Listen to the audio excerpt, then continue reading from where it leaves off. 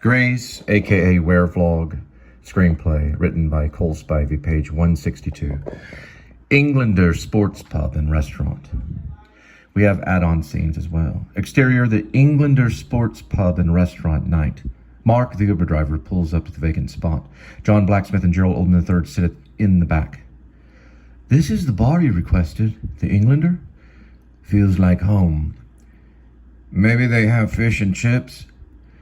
We are going to need more than that planning this next trip to Grace's ranch. Cut to interior, the Englander sport pub and restaurant that night. John and Gerald sit at the bar. John sips a tall pint of beer. Gerald stares at the tall glass of sparkling tonic. I rarely drink pints, so this is an English-style pub in a small Texas town? No pint for me tonight. I need to be sober for planning the next trip to Grace's home. Just tonic for now. Rainey has caught on to us, and now the authorities are involved. We can't let that werewolf live. I'm not so sure the werewolf is Grace. He may have something to do with it, but I don't think he's cursed. So why are we here? Gerald pulls out a map of the ranch and displays it across the bar. He refers to the map as he speaks. We need to get on his ranch and plan a deeper investigation. According to the cattle mutilations and the missing townfolk, the werewolf travels along these trails right behind Grace's ranch. Gerald points at the map. The werewolf must be leaving from this very point to make its kills.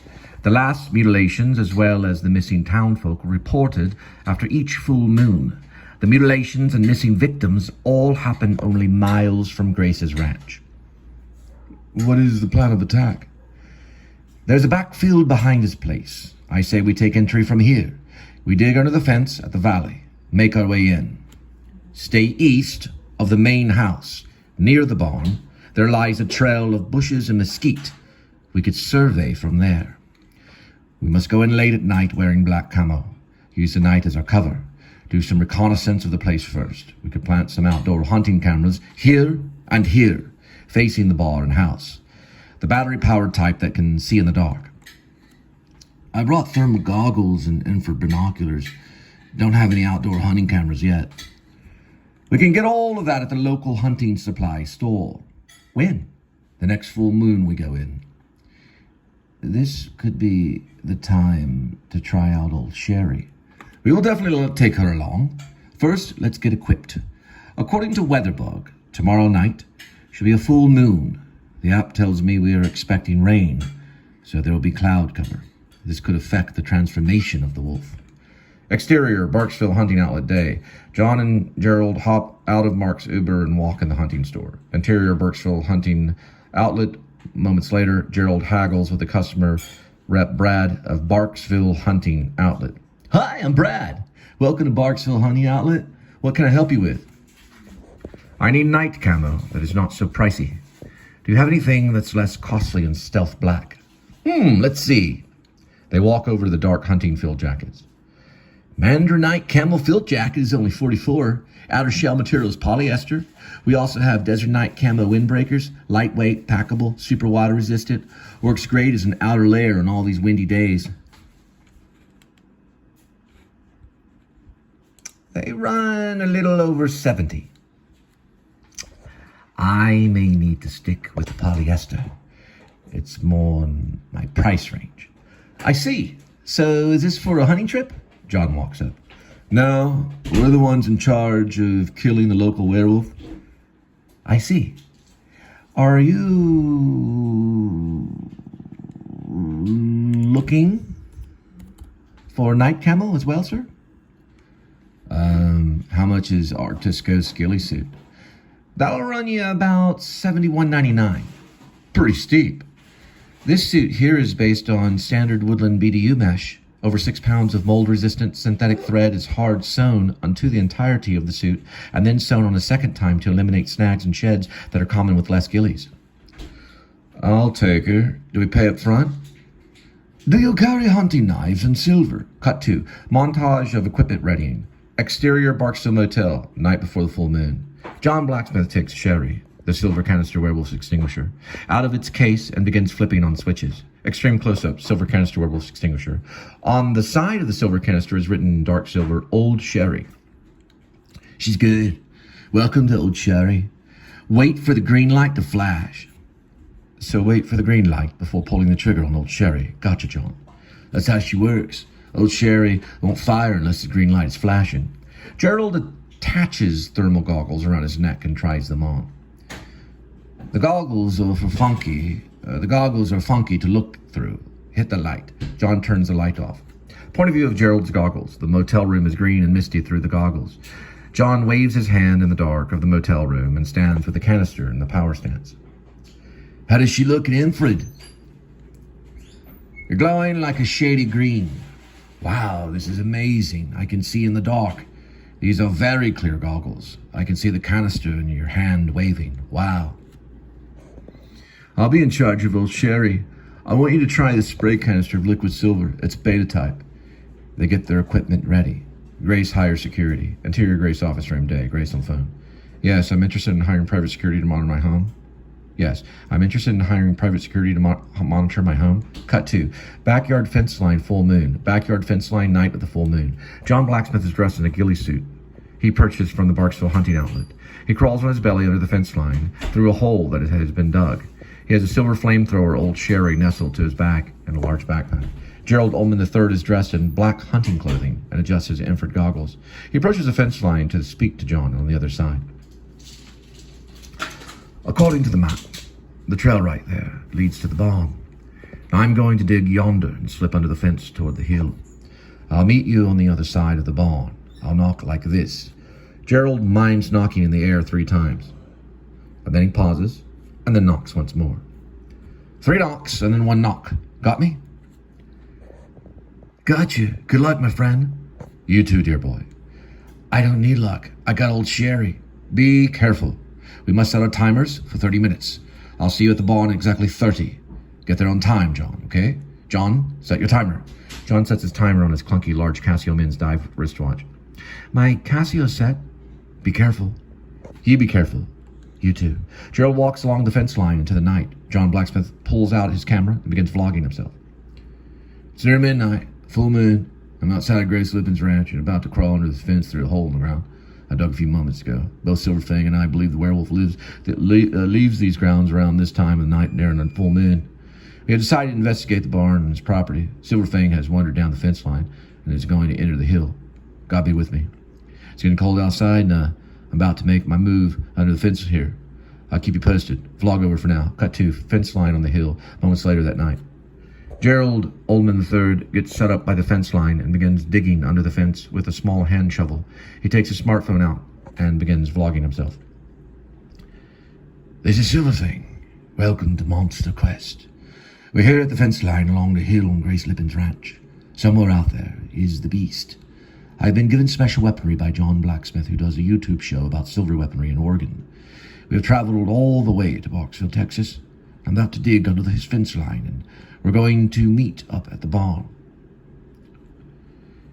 Please pray for us.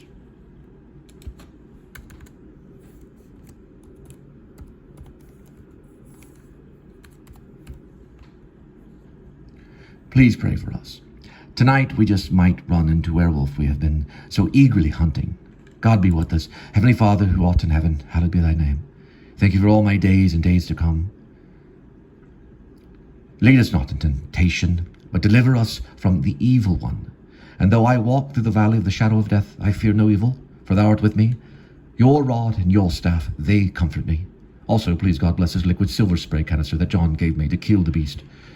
And help me aim true when I see her. And watch over John on his trip to the barn. And watch over me as well, my dear Lord. Sometimes I don't think I know what I'm doing. Please forgive me, dear Lord. For now, vlog over. Gerald begins to crawl under the fence, and in quiet voice, he recites scripture. Now we look through a glass darkly, but then face to face. Now I know in part, but then shall I know, even as also I am known. Cut 2. Barnyard chickens, Grace barn, that night. John Blacksmith goes to the front door of the barn. He kicks at the barn's front door. The barn door flies open. There stands John, holding the silver flamethrower. He corrects his stance to seem more powerful. He is now in a power stance, holding Old Sherry, aiming at the interior of the barn, looking for the beast. The barnyard behind him holds a chicken wire fence coop, containing 6 full-grown chickens which begin clucking nearly in unison. He doesn't look back and steps forward. The chickens dance around nervously behind him and cluck, and then become silent. He stops. Hello? Hello? Anybody there? Remaining forward and not looking back. Why did y'all get so quiet, chickens? Chicken? John Blacksmith stealthily enters the dark barn only lit by the full moon. He pushes the top button on the silver flamethrower, then begins to hiss. The green light flashes 3 times. Extreme close-up green light flashing 3 times. Long shot barn moments later. John walks around holding a silver flamethrower and pulls the trigger and fires off a test round. He turns on the laser sight and waves it across the interior of the barn, searching. Want to test me, babe? How about this for a quiz? She's called Old Sherry. He aims the laser light. She never misses her mark. Let's try her. He squeezes the trigger. The flamethrower spews a long, giant silver flame of fiery lava igniting in the air, filling the barn with silver light. A deafening hiss arises from the flamethrower. He pulls the trigger again. The interior of the barn is illuminated and every cobweb and corner exposed by the bright silver light of Old Sherry. The flame ceases without any harm to the barn or the spiders crawling away in fear. Heck of a device, huh, Wolf? You don't want to show yourself now, do you, scaredy cat? He moves forward very slowly in the dark. The flamethrower continues hissing. He finds a ladder and puts the flamethrower down and turns it off. He straps the flamethrower on his back and begins climbing up to the attic of the barn. The wind pushes the front barn door closed. John stops on the ladder and looks back and at the front door. He notices the front doors are now closed. The barn grows dark. Cut to exterior field at the base of the hill, Grace Ranch that night. Gerald Ullman III kneels and places a wood spike into the ground and attaches a muddy mitigator cellular trail camera and turns it on. Close up, Gerald Ullman III. Gerald Ullman III.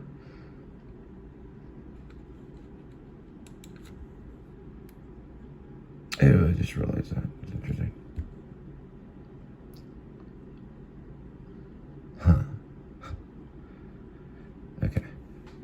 Gerald Ullman III begins crawling to his next position to survey the farm. John meets the lycanthrope, barn loft. Moments later, John Blacksmith reaches the top of the ladder, lugging the silver flamethrower. He stands up from the ladder and goes to this stack of hay bales. He looks behind the hay. A pitchfork is found stuck in the hay. He picks it up and turns around and looks down from the loft. Knock, knock, knock. There are 3 knocks at the front door. John Blacksmith adjusts the flamethrower tighter to his back and pulling a strap from the backpack. He crawls down to the ladder and slowly walks to the front door. He opens the door. John's Blacksmith. You're not Gerald. A long wolf-like shadow falls over him. He reaches back to unload Old Sherry and is pushed back by shadow hands. He falls to the ground and rolls over not to harm the device. Howling arises. Gerald, where are you? He begins crawling on his belly. Howling arises. John rolls over on his back. He's able to take the flamethrower out of the backpack and turns the device on. He waits for the green light. The shadow of the wolf covers him. Swoosh! A claw hits the side of his ribs, pushing him back toward the ladder. Old Sherry leaves his grip and is launched to the other side of the barn. It begins hissing from the canister.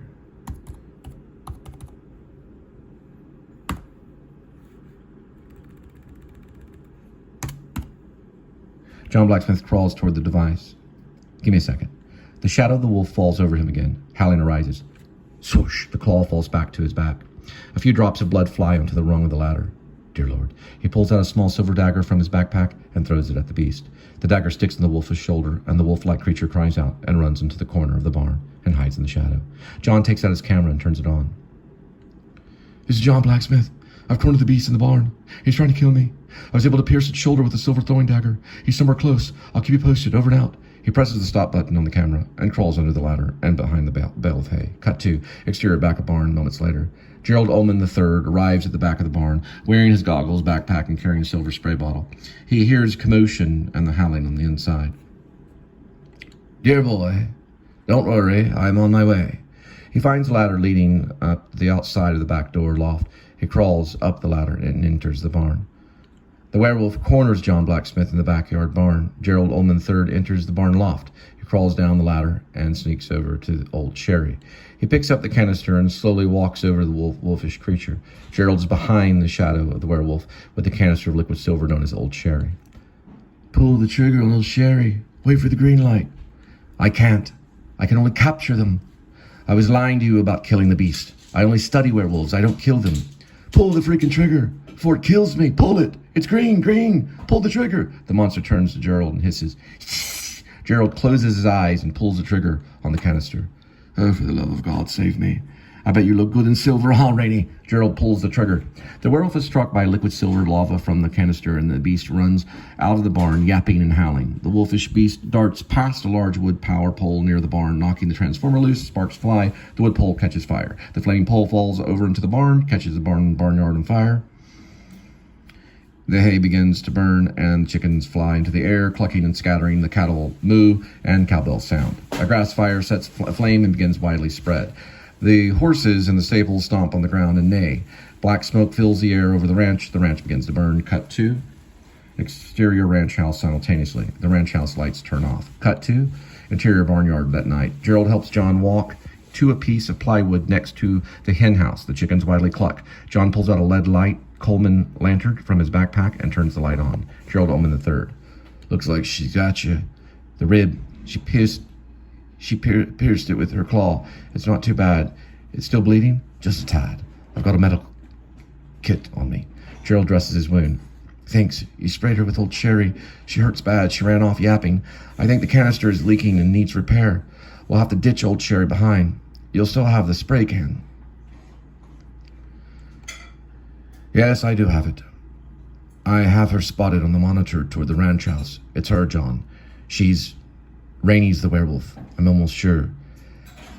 Technically, she would be a she-wolf. Then a freaking she-wolf, then. I'm sure it's her. She ran into the ranch house. Rainey was in full form. She walked into the house as the wolf walked in as if she owned the place. Then let's kill the bitch.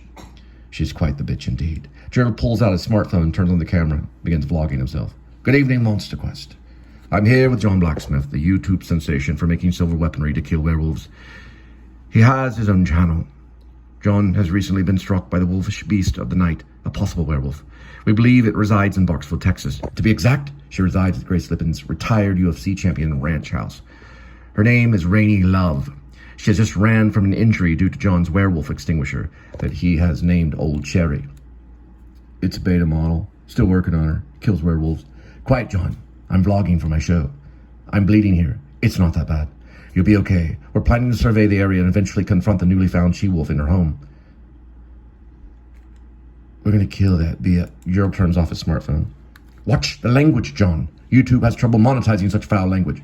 Regardless, we're gonna kill that biatch. Hopefully, it won't come to that. Cut to, Gerald helps John walk to the ranch house. Exterior field before the ranch house moments later. Gerald holds the lantern to the light the way. In his other hand, Gerald drapes John's arm around his shoulder and helps him limp along the trail to Grace's ranch house. I think I can show the footage to Grace and convince him to be our ally. How do we prove the beast is Rainey? Grace would practically have to see her transform. We can get there. Cut to backyard of ranch house moments later. The back fence door is open and darkness awaits inside. Gerald helps John through the door. He looks up and notices the back sliding door is open. She left the back door open. We should just walk in, talk to Grace, show him that the beast is her.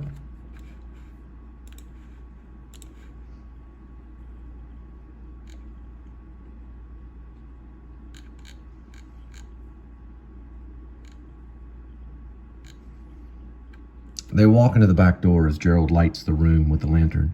Shadows and strips of light enter the living room as the barn burns in the background. My side is hurting pretty bad, man. Just set me on the couch. Gerald sits John on the couch and begins searching for Grace within the ranch house. The shadow of the wolf, at superhuman speed, zips past in the background. Gerald and John do not notice the beast as it darts from room to room. Final fight with the she-wolf. Interior kitchen area moments later. Gerald walks in the kitchen holding the spray bottle of silver liquid before him. Whoosh! Close-up, wolf claw scratches Gerald's back. Close-up, spray bottle falling to the ground. Wide shot of kitchen area. Gerald falls to his knees. Gerald spins around and sprays the beast with the bottle. The she-wolf doubles over and begins to transform back into her original form. Shadows dance around the room from the barn burning in the field. Wide shot, kitchen and living room. In her original form, Rainey knocks Gerald over and scratches his back. Rainey picks Gerald up and tosses him, and he flies across the room and crashes against a bookshelf. A pile of books cover him. Close up, Gerald's back. A pile of books covers Gerald. A few books fall away. We notice Gerald has a scratch mark down his back. Cut to interior living room moments later. Gerald lies on the living room floor in pain, breathing heavily. Gerald tosses a few books to the side. He holds one close to his gaze and reads the title. Smoke enters the room from the backyard fire. The sun also rises. Haven't read it yet. Looks like a good one. Gerald tosses the book in the kitchen. Howling arises. A shadow wolf zips through the kitchen, hissing. Cut to interior living room moments later. John Blacksmith lies on the couch, digging through his backpack. Wide shot couch. John Blacksmith lies on the couch, holding his hands. Rainey appears before him. She is half transformed, half she-wolf and half Rainey. Rainey is nearly a lycanthrope, hissing. Remember me? You're hard to forget. John reaches for one of his daggers in his backpack. The lycanthrope lunges at him. The lycanthrope bites John Blacksmith's hand. He screams in pain. Ah, God, my hand! Cut to wide shot of ceiling. The shadow of John's hand being bit by the lycanthrope. Howling arises. Misty black smoke fills the air of the room. Close up, ceiling. Blood spews on the ceiling. Cut to exterior ranch at night. Bird's eye view of ranch. As the barn burns and the animals scurry away. The ranch house has not been touched by fire. Fade to black. The sound of the fire crackling from the barn, and chickens clucking and cows mooing and horses neighing, howling. Fade in.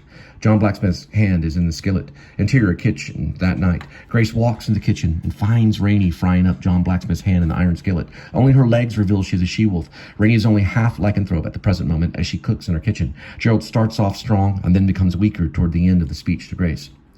Look, Grace. Look at her. She's not of human form. She's a lycanthrope. She must be dealt with. She's a beast of the devil, Grace. She's not your love at all. Not anymore, Grace. Do something, dear friend. Do something. Call the authorities. John is nearly dead. She nearly killed him. She bit off his hand. Look. Look in the skillet.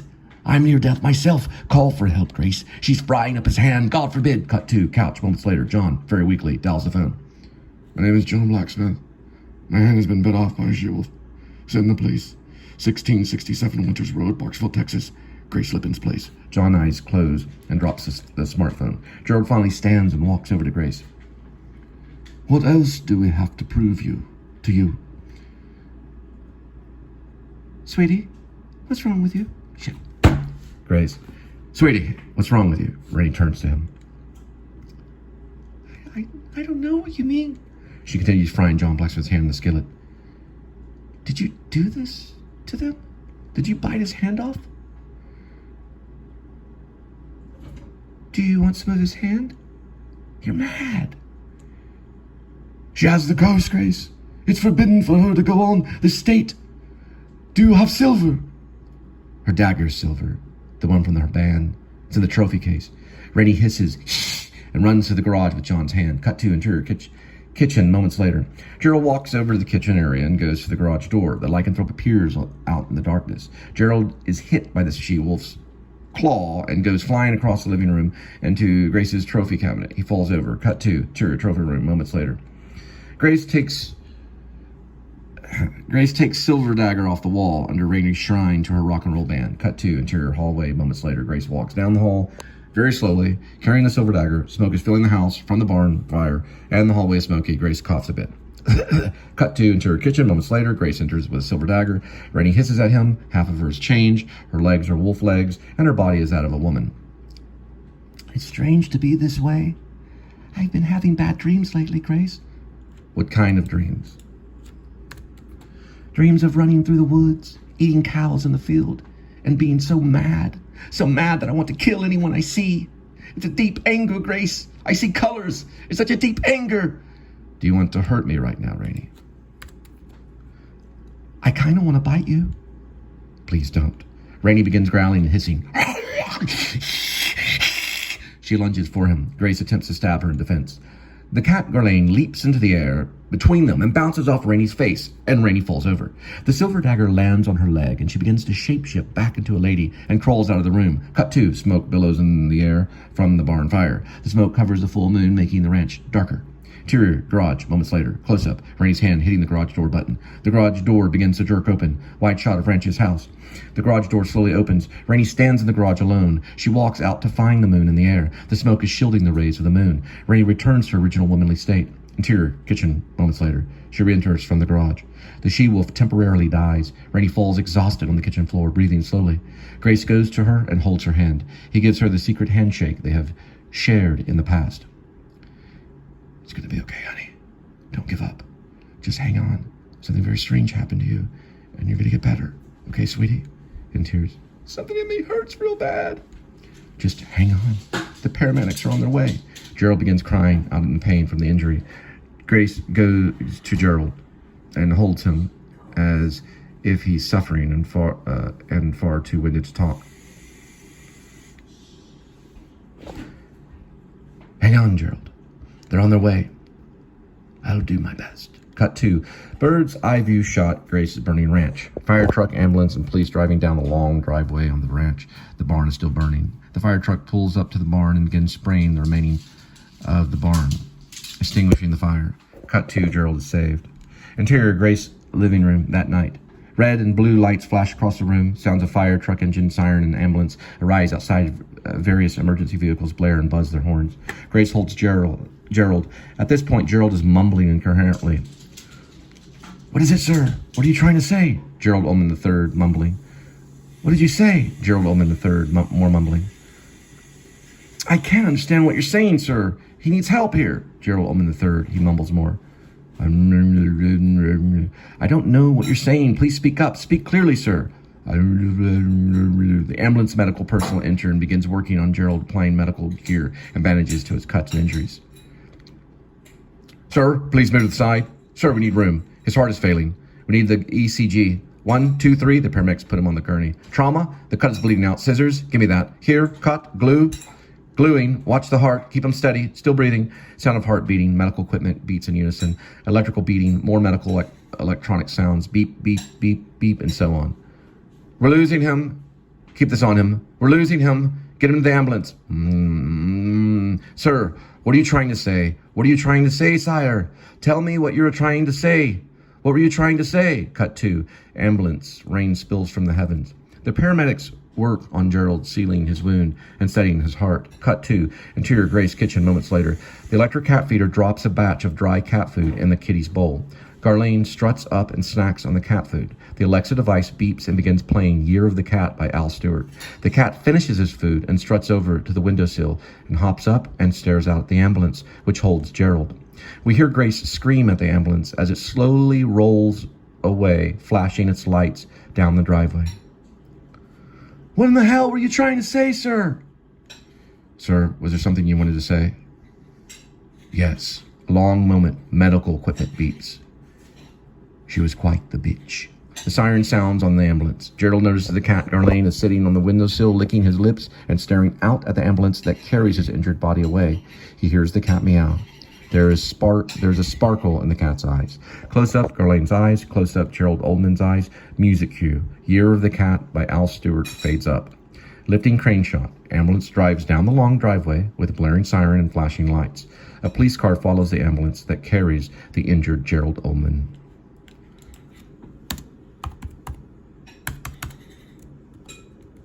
The third. Music continues. Fade out. Credits. Grace, a.k.a. Werevlog, screenplay by Cole Spivey, JonathanColeSpivey@gmail.com.